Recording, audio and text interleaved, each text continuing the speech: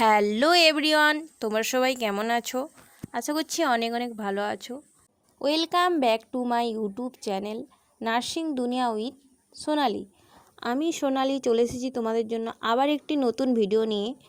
So today topic is about GNM third year subject and syllabus and exam pattern. তোমরা যারা GNM first year এবং second ইয়ারে পড়াশোনা করছো এবং যারা ভবিষ্যতে জিএনএম নিয়ে পড়ার কথা ভাবছো, ভিডিওটি তাদের জন্য অনেক গুরুত্বপূর্ণ হতে চলেছে। ভিডিওটি স্কিপ না করে প্রথম থেকে শেষ পর্যন্ত দেখতে থাকো। আশা করি ভিডিওটি তোমাদের জন্য হেল্পফুল হবে। So let's start this video. প্রথমেই বলবো আমি জিএনএম থার্ড ইয়ারের সিলেবাস সম্পর্কে। জিএনএম থার্ড ইয়ারে মোট দুটি সাবজেক্ট রয়েছে। First one is midwifery and gynaecological nursing এবং second one is community health nursing 2।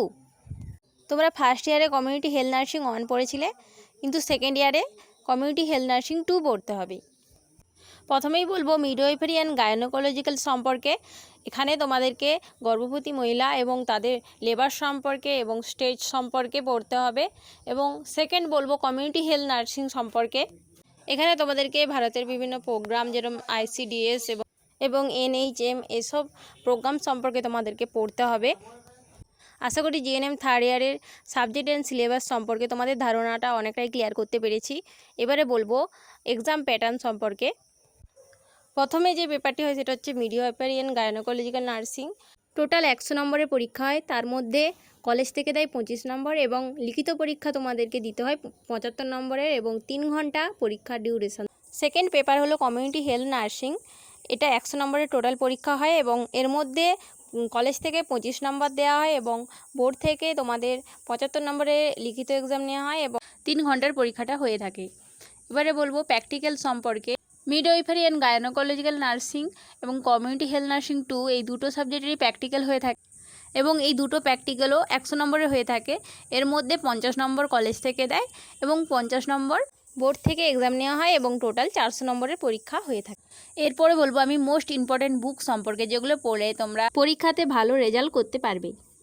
Midwifery and obstetric মানে গাইনোকোলজির জন্য তোমরা এই দুটো বইয়ের মধ্যে যে কোনো একটি বই ফলো করলে তোমরা পরীক্ষাতে ভালো রেজাল্ট করতে পারবে।